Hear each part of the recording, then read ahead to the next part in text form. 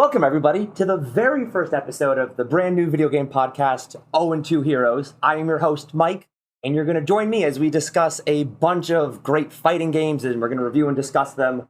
For those of you that don't exactly know what the title means or where we're coming from, 0-2 is the last place you can get when you go to a fighting game tournament. If you go to a Street Fighter event, or a Smash Bros. Event, or a Guilty Gear tournament, and you come in last place, you go 0-2. I'm quite familiar with that placing. That's normally where I end up. I consider myself an 0-2 hero. But it has a double meaning for this podcast. In addition to being hosted by someone who's absolutely shitty at pretty much every fighting game, it's also a double entendre. We're going to pick a fighting game that we have virtually zero experience in and practice and play as little or as much as we want in pretty much 2 weeks. I say pretty much 2 weeks because we originally had it 2 weeks to the date, and then shit came up. We had to push it a couple days, so I think technically we had 2.5 weeks to do it. So it's just about 2 weeks, but you get the gist of it. We're going to review fighting games every episode, and we have a very special guest for our first episode. I'm going to let him introduce himself. Welcome to the show. Hello. Thank you for having me, Mike. Thank you. My name is Ian, and I have known Mike for many, many centuries now. Since we were the tender age of, I guess, like 2 and 3 or 3 and 4 or 0 and 2. Probably. There's a shameless plug. Maybe. I was going to say, I'm not that much older than you, but I did know your mom while she was pregnant with you. That's crazy. You knew my mom before I was born, but you're not also like a weird, creepy uncle or something like that. No, just for everybody listening at home, his mom was the instructor of the Mommy Me program I went to as a kid. So, like, she knew me when I was, like, 6 to 9 months old. So it's not that great of a difference. I'm only, like, a year older than Ian. But still, I knew his mom. I also don't remember his mom when I was 6 months old. But, like, we grew up together. We're from the same neighborhood and shit. It's nice. Yeah, the point is this shit runs deep, basically. This is some progenitor type shit of my life, is knowing this guy. And I couldn't be happier to be here and playing these weird, janky, very kind of esoteric fighting games with you. So before we get into the game that we picked for today, give us a little bit about your history with video games. Are you much of a gamer? Do you go to tournaments? Are you more of a casual? Do you just do Stardew and then hang your boots up at the end of the day and that's it? Let us know where you stand. So oh man, it feels weird to kind of call myself a gamer because I feel like that term is a little loaded nowadays, but I definitely have to be lumped in. Just because, for as long as I can remember, I've been playing them and enjoying them and just, following them and keeping up with the latest ones and looking back at shit that I missed. I think my first game experience ever was Sega Genesis. Could have been any of the first 3 Sonic games, unless my knowledge of the timeline is a little off. But definitely like 1, 2, or 3. And then from there, it was like PS1 and PS2. And, I was kind of one of those people that would do the GameStop trade-in program pretty hard back when they'd say, like, if you trade in a GameCube and 3 GameCube games, we'll take, like, $50 or $100 off a used Xbox 360. And so I was the type of person to be doing that kind of religiously. And I was glad about it because it really allowed me to explore a wide range of games. And fighting games were never really my favorite, but I did play a lot of them just because they're a pretty natural thing to, like choose when y'all are just hanging out and having fun and want to like dunk on each other. So I think probably the most prevalent one is Smash. All the iterations, maybe like Melee the most in pure hours, but like Ultimate might be cutting it close at this point. Also a big fan of, let's see, Soul Calibur. Probably Soul Calibur 3 is my favorite one of that franchise. Mortal Kombat was always like really aesthetically like pretty cool to me and I liked keeping up with it, but I didn't actually play it a lot. And like more recently, like I've been put on to Skullgirls, which was really fun and like just like controls in a super cool way that I enjoy. And there's this one game called One Step from Eden, actually. This is kind of like a game that I've been really liking that came out semi-recently, like past couple of years. I don't know if you've heard of this, but it's kind of like a weird Mega Man Battle Network like clone. Okay. And, straight to like the grid-based combat and the deck building system and stuff like that, and needing to like shuffle and collect new chips and like you choose builds. And it's like this roguelike, and every kind of like, let's say, floor of this, roguelike dungeon-esque kind of like progression system has a boss. And it basically just functions as like a 1v1 battle network game. And it really feels like a fighting game, because I know that Battle Network actually has a pretty lively net play scene right now. And a lot of people consider it to be a fighting game because you are going 1v1. There's winners brackets and there's losers brackets in the tournaments, and you can go like 0-2, where you can go, 18-0, depending on how many people are playing. So that emphasis on like the 1v1 PvP combat, I feel like one step from Eden, it has a PvP mode, and playing that with a friend, like especially on the couch. I think it only has couch PvP. It doesn't have network PvP. But even that is just so fun because it's just so unlike a lot of other games out on the market right now. And so I just try to plug it whenever I can. Yeah, I'm looking at it on Steam right now, and I'm definitely getting the Mega Man vibe from it, but it's very cool. It looks like there's a lot going on. Yeah, it was really like predominantly, or maybe even entirely, I'm not sure on the specifics, developed and kind of like built from the ground up by this one individual. So also just to kind of like see how pure that passion was, and making this like project that was like so obviously influenced by this franchise that at the time was pretty like groundbreaking. I definitely have fond memories of Battle Network as a kid, and like that never felt like a fighting game except for like its bosses. But I think the idea of like a card-based, round-based, semi-strategic, like real-time reflex-based play, I would like to see a lot more of that in today's kind of like esport or just like net play kind of climate.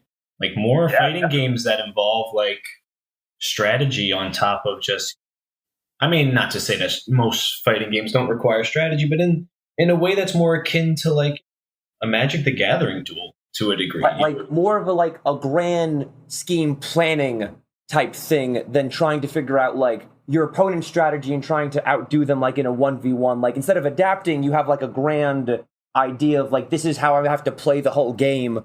And totally. Granted, I don't play the game, but I'd argue like in fighting games, there's a lot of like micro interactions where you notice the opponent's doing this, so you keep doing the opposite of that. Whereas this, you kind of have to like plan out ahead of time with like the decks and the cards. So it's much more of a macro versus micro strategy, if I had to guess. I love games that have builds, like not in the Fortnite sense, but in the sense of like an MMO or an RPG, like that emphasis on kind of like a build and the ability to maybe choose the same archetype as someone else, but it's the devil's in the details to the degree where it's like the one or two spells or cards or chips or whatever you're choosing, might give you the upper hand on an opponent because it might be something that's like off meta and therefore it catches a lot of people by surprise. Whereas, I feel like fighting games, they have metas a lot, but it's much more, I think, caused by just like power imbalances and characters versus actual like people's creativity and like combining different things that like maybe hasn't been done before. So that's why I'm not much of like a tournament kind of guy, but maybe if there was just like more kind of like diversity in fighting games that had the scenes to support them, I could definitely see myself becoming more of a tournament person in the future. I mean, COVID withstanding and stuff. Yeah. Now, I know you say you're not much of a tournament person, but for those of you that don't know me personally, I was an esports event organizer for years. I was what's known as a tournament organizer. I was a TO. I ran Melee brackets for about 3 or 4 years in a comic book shop basement. And you were actually with me, like when we first found the comic shop that did it, and then you came with me for the sales pitch. So like you were literally there from the ground floor for this tournament series. I was an accessory to Middle Village esports history. I was not an active part. I think I participated in the first ever the very first one tournament at that location, and then maybe like the 4th or the 5th, and then I think I never showed my face there again out of shame because I definitely went 0-2 both times. But I did win a $5 money match against Mark at the first one after I went 0-2. Legit, yes. He thought I was going to be easy pickings, basically. But I fucking showed him and walked away from that shit $5 richer. So, hell yeah. You have this great ability to just like get washed over and over, and then just like one game you'll play godlike and impress absolutely everyone. But you'll do it when it counts. Like you'll come in last place at the tournament, but then you'll beat Mark 1-on-1 and take money from him, Mm-hmm. Totally. I'm not consistent, but sometimes I can get a little explosive, and I'm hoping tonight is one of those times. Also, still sticking with like the Middle Village with the Queen's esports history, the official Queen CRT, the CRT that I have, it was yours actually. I dropped you off at a friend's house one time for like a yard sale, and you were like, "Hey, Mike, you want to buy this CRT?" And I'm like, "No, I'm just gonna go trash pick it." And then at the end of the yard sale, no one bought it, and you're like, "Dude, I just want it out of my house. Just take it for free." And then that became like the one that like everyone signed. That was the one with the stickers. That became like the Queen Smash CRT. That's like the official one, and it's from you. So I guess it's only right that I'm the first guest on this show, huh? Yes, very excited to have you here. So, first guest, you got to pick the game that we're going to be playing for the very first episode. Tell us what game it is and tell us why you picked it. Okay, so the game I picked was my introduction to fighting games certifiably. I do believe that there was no fighting game that I played before this, or if there was, I was too young to truly comprehend what was going on. But the first fighting game that I can remember playing and understanding as being a competition between two combatants within some type of ring type of area, wailing on each other to see who's the best, as opposed to just jumping on top of fucking robots and running around really fast, was Ehrgeiz, God Bless the Ring, for the PS1. Don't even remember what year it came out, maybe like 98 or something like that. But yeah, Ehrgeiz, God Bless the Ring was a total under the radar kind of game that really just snuck by. I think a couple of people picked up copies because of the Final Fantasy VII affiliation that we'll talk about in a little bit, in more ways than one. So I do think that it did kind of land in some people's hands when it came out stateside for that reason. But I've never really heard too many people talking about it. YouTube, you get a couple of hits back, but nothing major. Definitely no scene for it whatsoever, I'll tell you that much. But it's got some real significance to me. And my story with this game is basically my godfather, his family friend, or he's married into the family. He was like kind of on his double income, no kids kind of wave when I was a young person. So he just spoiled the kids in the family. And that included buying a PS1. And I think he had like some Terminator game and maybe like, oh God, Final Fantasy Tactics or something like that. But he also had Ehrgeiz. And I don't even remember how young I am. Obviously like single digits, probably even like sub 8. And we're playing this game where like this guy with this yellow spiky hair and this massive sword is fighting this guy who like shoots rockets out of his arms with camo pants and combat boots. And it's mind blowing because I'm comparing this to, Sonic the Hedgehog and maybe Power Rangers or something like that. So this is really out of left field for me. And I just really enjoy playing it a lot. And him and I play it together quite a bit when I'm a young person. And one time, as I'm over his house, him and I are kind of like pretending to, let's say, recite some of the moves from the game on each other in his backyard, while everyone was just kind of hanging out. And there's this grapple move that one of the characters, like the kind of like Japanese, grappler, wrestler character uses. And, my godfather kind of picks me up and like is trying to like mime it, in a safe way, but totally biffs it. And I fall like flat on my head, thankfully on dirt, not on concrete. But I mean, I think I'm still feeling the effects to this day on my soft and malleable child skull. So yeah, Ehrgeiz may have made me stupider for all I know. But it's a fun game if you look past all of its flaws, and I'm really excited to play it. So this was my first time ever hearing of it. I've never played it. I've never seen it before until you texted me about it. And you mentioned previously that you had the Sega Genesis, and I remember going to your house and playing like the Power Rangers fighting game on the Sega in your basement. And I can only imagine going from like that 2D sprite fighting game to this not only 3D animation, it was like polygons, but it was also a 3D arena. It's like Tekken or Soul Calibur, where instead of just being left and right, like you could move around the whole venue. I just imagine that jump was wild. It was absolutely my first foray into 3D games. I can say that with certainty. Whether or not that one of the Power Rangers game was the first to kind of land in my lap, that was absolutely the first time that I had controlled like a 3D character in a 3D space. And I think it really sticks out in my head for that reason too, because like people look at it and you can really easily compare it to like Power Stone or another like Arena Fighter along those lines. But I didn't know anyone with a Dreamcast. I just knew this person with a PS1 back when I was still rocking with my little Sega Genesis. So yeah, for that reason alone, I probably really like made a nice little pocket of my brain to stick Ehrgeiz into. So the company that made this, they made a previous 3D arena fighting game called Tobal. They made this one, and then they made Tobal 2.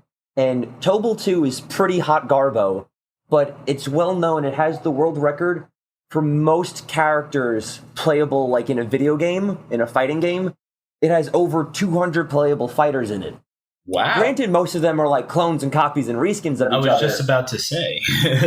Yeah, but they took the idea that they had from Ehrgeiz and go, you know what, let's just put this shit on steroids, and they made Ehrgeiz with 200 characters instead. So, damn.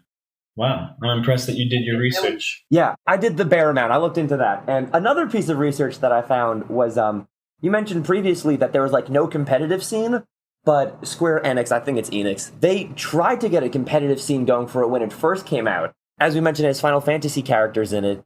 And when the game first came out, they held 4 like Square Enix officially sanctioned esports tournaments for it. 1 in New York, 1 in Chicago, and 2 in LA, where like the top 4 from all of them, then like they flew everybody out to California. They did like a big 16-man like bracket. And the winner of that got flown out to Japan to meet like the Square Enix team who designed the game. No shit! Yeah. What? Yeah, I found an old school, it was like from 1999, like an archived version of like an old IGN article about it. Just like, I couldn't find the results anywhere, but it was the IGN article saying, hey, they just announced this, go sign up, here are the dates, here are the prize pools, just like, figure out how to get to Chicago, everybody. And it was like, I thought that was cool that they flew the winner to Japan, and then just, there was never a tournament for it again. Wow. I mean, I think it's probably because as people spent more time playing the game, they realized how much of a janky mess it is and started to shift towards games that actually had like respect for the people controlling it. But that is a crazy story. And I'm glad that Square was ready to put that much faith into this oddball game. Yeah, definitely. So if you're ready, I think we're going to go ahead and start up the match. So for our listeners, it's not going to be fun for you to listen to us playing a video game. So what we're going to do, we're going to record the footage, we're going to record our commentary for it, and we're going to put that video of it on YouTube. If you're interested in watching the gameplay, watching us like play through it live and like our reactions to it, we're going to go ahead and put that whole video on YouTube. But if you stick around, we're going to come back and we're going to have our thoughts, and we're going to discuss it more. We're going to review it and go over the tier lists and stuff. But we're going to take a quick ad break, and when we come right back, we'll be discussing more Ehrgeiz. This episode of 0-2 Heroes is brought to you by The Son of Sam, the musical. Follow the harrowing tale of Sam Berkowitz, better known as the Son of Sam, the infamous serial killer from New York City who pled guilty to 8 counts of murder. See the more human side of Sam as he joins a satanic cult and becomes best friends with a demon-possessed dog. Come watch a story like never before, including hit songs such as Orchestrating Ritual Murder, The Stabbings of Christmas Eve, and the call and response audience participation song, Simon & Schuster Inc. versus Crime Victims Board. Find tickets at www.albanychildrensmusicalandtapdanceacademy.edu. And we're back. Thank you for sticking around through that ad break.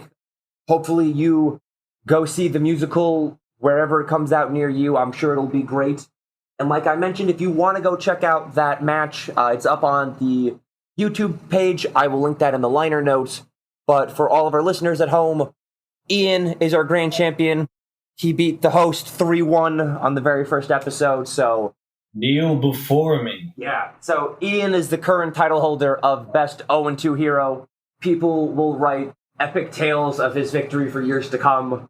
So I've been reading a lot of like high fantasy recently, and there's a lot of just like people will go around with like a lute and like tell the tales of like heroes of like the previous ages and eras and shit, and that's like what I had in my mind. Like I imagine like someone going around like as a troubadour singing the tales of like Ian the Mighty. Oh man, I could only hope to have something like that fucking happen to me in my lifetime.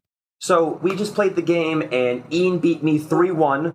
I played Sasuke, I don't know how to say his name. I apologize to everybody out there who's like, this is how you say it. And they're just yelling in their cars, because I know I do that. And Ian played the yo-yo wielding cop. Yeah, I played Yoko at first, and then for the last round, I switched over to Doza. And I switched over to God Hand for the last round. It was the last-ditch effort. So I looked up a tier list for this game. I have this open here, and God Hand is number 2 on the tier list. He's number 3. As we mentioned previously, they have Final Fantasy characters in this, and they have a few Final Fantasy characters that are original for the arcade when it came out. I think it was just Cloud and Sephiroth. They were the ones that were included, like, in the base game we have. Ian, did you even bother to unlock the Final Fantasy characters?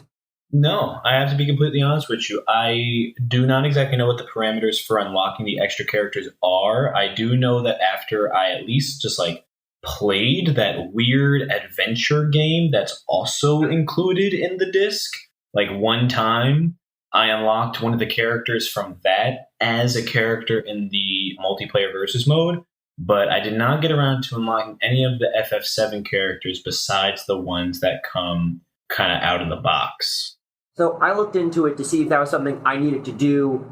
Maybe Vincent is in this game, and I figured maybe he's dummy good, and I need to unlock him. All of the new Final Fantasy characters that came for the PS1 release, they're just straight up clone characters of previous existing ones.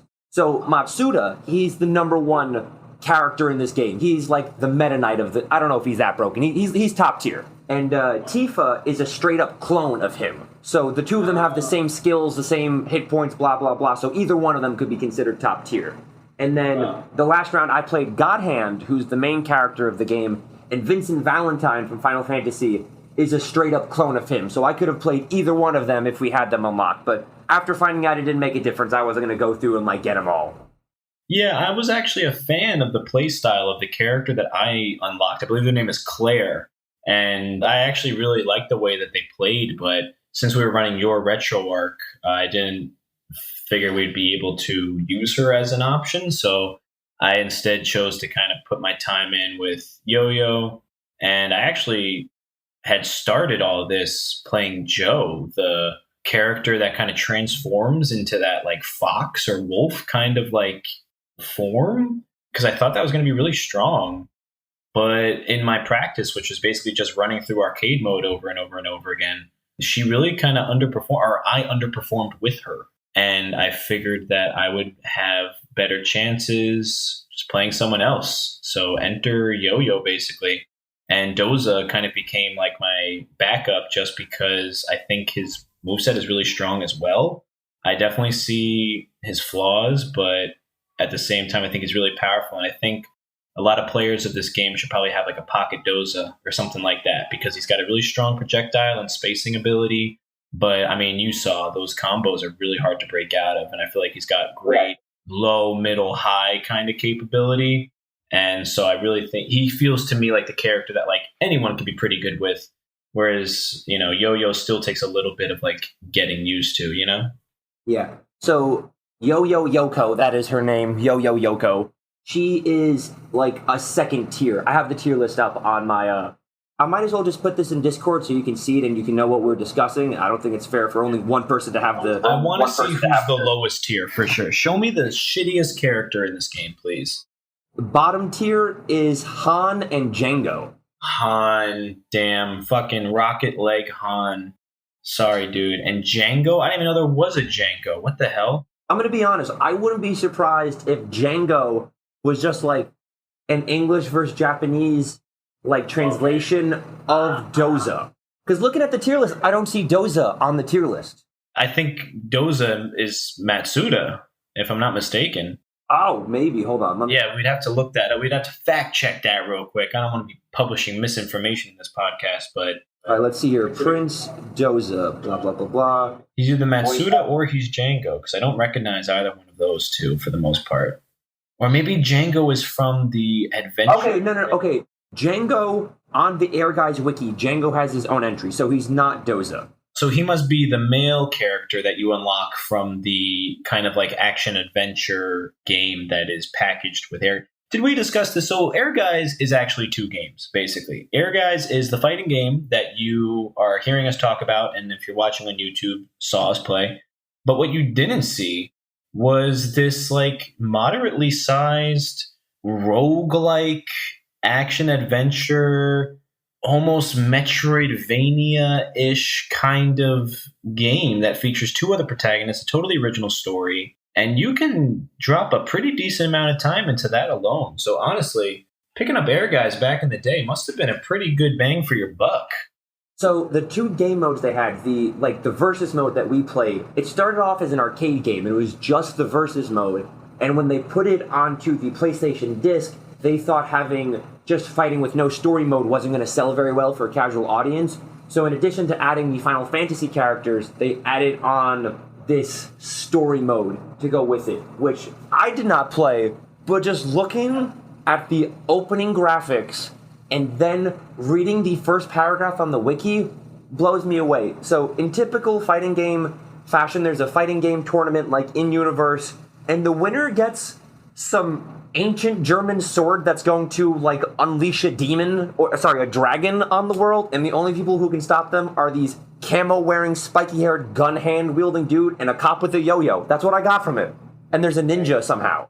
Yeah, I mean, basically, you're not playing this one for the story. I think if you are, you're going to leave disappointed. You're playing this one for the arena-based combat system and the pretty slick designs. I mean, as a visual artist, I really do appreciate that the characters are like fairly memorable, very individualized. Like, it's not like there's 2 characters that kind of like mix together in my brain because their designs are pretty similar. You know, I think for the time that this game came out, these designs are pretty fresh and pretty inspired, some more than others, but like I think some standouts are definitely like, you know, Joe's design with like turning into the wolf. Like, I love that. I love like the visual cohesion between her regular form and her wolf form. Doza's got this crazy cool design with that like single spike hair and like the crazy tats all over his body. I was looking into it, and a lot of the characters are like inspired by previous fighting games, more so than being based off of like another fighting game character. The artists, the designers looked at the fighting game as a whole and based them off of that. Like Prince Doza, the guy you just played as, he's based off of the Tekken series. He's got the spiky hair, he'll box you, he's got the flaming black plant. No way. That's insane. And then I think the character I played as, Sasuke, or whatever, he's the one with the weapon. He has the sword. He kind of looks like a ninja. He's like a futuristic version of a Soul Calibur player. I cop that for sure. He's got big Soul Calibur energy. Absolutely. Yeah. I'm trying to find the character designer because honestly, maybe I found it right here on the wiki. Does this person have a wiki entry for themselves? Yeah, Japanese game designer, but not the visual designer. Not Tetsuya Nomura. Oh, okay. So now this person is absolutely goated. I feel like a dopey right now for not recognizing this name. This person is extremely, extremely responsible for the look of a lot of Square Enix stuff. Yeah, this person is legend for sure. As soon as you said the name, I recognized it immediately. I have his wiki now. He worked on the Final Fantasy series, which makes sense. It's another Square game. We got Final Fantasy characters in this. He worked on Kingdom Hearts is a big one. He has a very unique visual style that I think worked well with this game. Oh, yeah. I think that this person, I think they also worked on The Bodyguard, which was another kind of like under-the-radar Square title that came out in the PS2 era. This like action, very kind of beat-em-up style game. And I believe that he was also the visual lead on that because it's very much in the vein of Kingdom Hearts with the baggy pants and the zippers and the straps and the chains and the huge shoes. You know, the Kingdom Hearts 2 has that character whose name escapes me right now, but he wears that shirt that says like Dog Street, and it's fucking hilarious. I believe that shirt's actually a reference to that Bodyguard game. So yeah, Tetsuya Nomura, absolute GOAT. Put some respect on their fucking name, and they were the one to make Ehrgeiz's original characters look the way they do, and like no wonder those characters look so good then, and like are so identifiable and creative because had some serious talent cranking those things out. Now, speaking on the characters, is there any character that you would want to add to the game. It could either be a straight up character like a Final Fantasy one, or more of like an archetype where just like you would like this type of fighter to be in the game. Like if you were the creative consultant and you could add one video game character to it, how would you go about that? Oh gosh, I mean, there's a lot of different avenues I can go down with this because you want to look at it through Final Fantasy. I mean, Leon / Squall with the Gunblade could have been a really simple addition to this, considering a lot of these characters at least have like one projectile move, so him being able to shoot with the Gunblade but also getting close with damage would make a lot of sense. Maybe even like Waka with the ball from Final Fantasy X, that could be kind of sick too. But in terms of like an archetype or something like that, I feel like this game kind of lacks like a Dhalsim type. Okay, yeah, just like Go Gadget Extendo arms. Yeah, there's no one who really plays with the physiology too much. You know what I'm saying? There's no one who is kind of like a spacer in the respect that they're kind of altering their own physiology and body too much. So there's no kind of like out of the box character. There's no what's that one from Soul Cal Voldo who like walks around like crab walk style with like knives on their hands and stuff like that. I feel like there's no kind of like corner case character on this roster. So I would have loved to see what the devs would have done to make a character that's like that kind of blatant question mark style when it's like what their archetype is. There's a really interesting, I think it's by Polygon, there's a really interesting video on YouTube where they just go over the design of Voldo from Soul Calibur, or Voldo, and just like what makes him, or they, I think, what makes them so unique, and like why like they're such a unique and interesting character, and like how it doesn't fit with the rest of the series, and because of that it fits perfectly type deal. Just like what makes that a standout character. I thought that was a really cool video that like more so than like the fighting style explored like the graphic decisions that went into making that character. Yeah, I love that. I got to give that a read or a watch, whatever kind of form it exists in, because that sounds like it's right up my alley. This is the stuff I'm always thinking of when I'm playing games, is the design elements and that kind of infusion between mechanics and visual identity. And, really, I think that's what card games are always having to try to figure out, because hopefully close to 75% or probably more realistically like 40 or 50% of your card is artwork. And that artwork has to be really good at visualizing what the effect of the card is. And I think a lot more goes into that than like a typical video game design effort. And so I think more video games could take a cue from that emphasis on the merger of mechanic and look. Yeah, definitely. Now, there's one more question I have to ask, and then after that, I'm good with my list. I don't know if there's anything you want to add. But so my last question, this came to me. For the most part, I had an idea of how I wanted the show to flow when I first started. But this segment came to me as I was playing it. Because I have it set up on my computer, and I would go in my basement and I would play it. After a while, I would get bored of playing this game, and I go, fuck it, I'm going to play Melee instead. So I want to say for every 1 minute I put into Ehrgeiz, I put into 2 minutes of Melee, because it's all on the same system. And it got me thinking, if we were to get together for a crew day, I'm assuming, I think we can all agree there's a lot of Smash games that we can put more hours into, but would there ever be a point where you go, you know what? I'm sick of playing Smash right now. Let's break out the Ehrgeiz. Oh, I mean, absolutely, of course. I think Smash's oversaturation and everyone in our, immediate vicinities. Let me run that sentence back. Smash is so goddamn popular and prevalent. I think I'll take anything over Smash at this point, just because that has kind of at least dominated my own personal play time for the past couple of years, especially if we're talking about fighting games specifically, to the point that I would appreciate the breath of fresh air. And Ehrgeiz is definitely that, because I think, a lot of people haven't seen it, so it would be fun to bust out at a day that you're with some friends and, you kind of mention it. They don't know what it is. RetroArch makes it super easy to just pull up and get right into it. You don't even have to worry about setting up any hardware for the most part. You're probably using the same thing you're using for whatever else you're playing, Melee included. Okay, fantastic answer. I think I'm going to start asking all of the guests that. Would you rather play this game over Smash? I think it's going to be a new segment, just because, spoiler alert, the next episodes we're going to be doing, we have an episode on Cartoon Network Punch Time Explosion, which is another platform fighter. And we have not one, but 2 episodes coming up on the new Nickelodeon All-Star Brawl platform fighter that's coming out. Yes, I'm telling you right now, I am maining Toph. That is it. I'm not even a big fan of Avatar, but let me tell you, Toph, that's going to be my main. I can tell you right now. They're doing they've released beta versions to top Smash players because they're doing a big invitational with a whole bunch of fighting game players. And the rollout's been crazy. Yeah. They've really actually been handling it super well. Day to day, I watch them on Twitch, different streams, and I'm so excited. So a couple weeks ago, I put out a tweet. I was like, yo, who's getting this game close to opening, close to release date, and wants to be on a podcast? And I had 2 people reach out to me, which is more people than I've ever had reach out for a podcast before. Normally, I have to bamboozle people to get on one. And I was like, oh, there's no way I'm going to tell them no. Fuck it, we're doing 2 episodes. This game is amazing. It's not even out yet, but I'm fucking down. We're doing 2 episodes on it. I got some ideas for some future installments. I think just in the gleeful anticipation of today's recording, I definitely started to just run through my head some other games that I would at least love to suggest to you for you to take a spin through and maybe play in your own time and just see if there's anything that kind of catches you to the point that you'd want to throw it on the docket.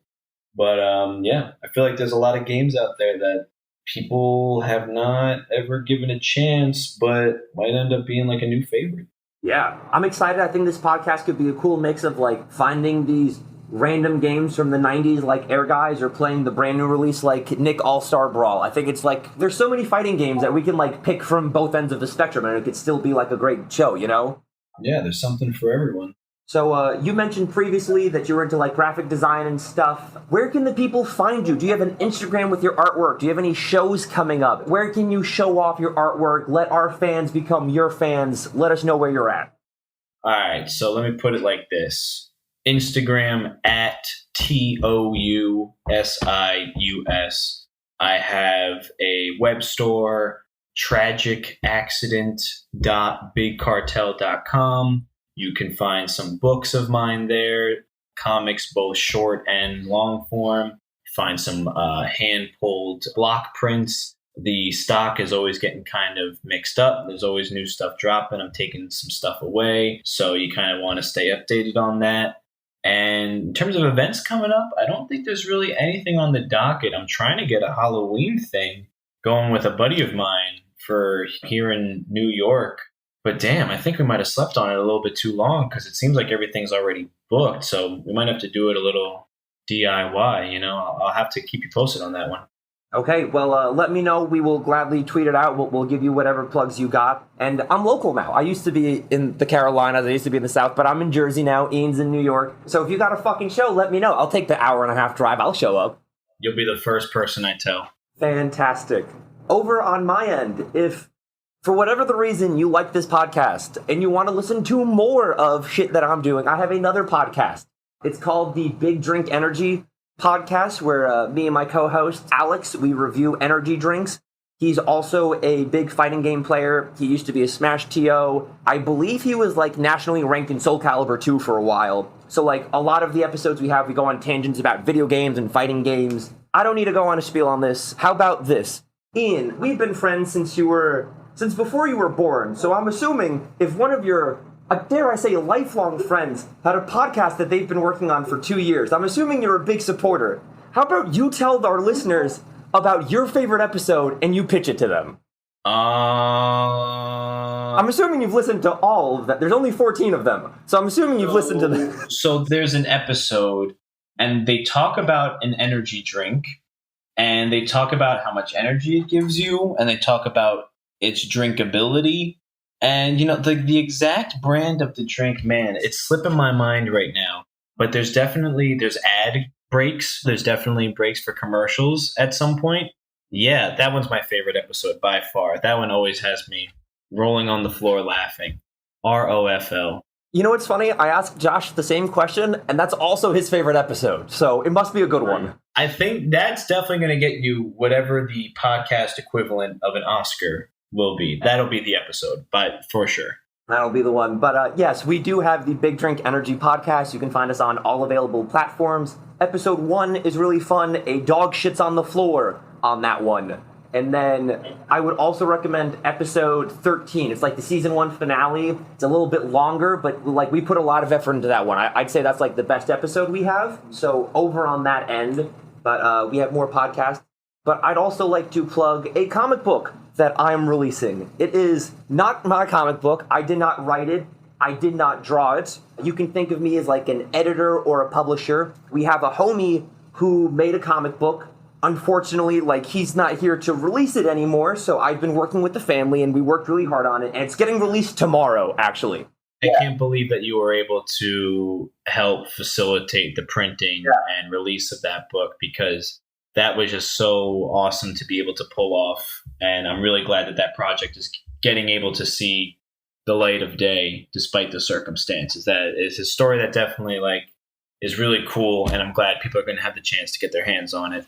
I'm so excited about this. I literally have goosebumps talking about this story, about this comic. But at the date of recording, it comes out tomorrow. By the time this episode is out, it will already be out. It's going to be on a GoFundMe. You can find that in the liner notes. And the proceeds are going to go to the Rainforest Action Network. It's going to help make sure the rainforests still survive. It's going to help with ethical treatment of workers in South America. It's going to help with like general climate change. There's a bunch of great causes, and the proceeds of this comic are going to go to that. It's called Inner Darkness. It's by our friend Julio Delgado. Like I said, the website will be in the show notes, but the donations are going to go to a great cause, and it's a great comic book, so I recommend checking that out. I'd also like to give a big thank you to HTML the band.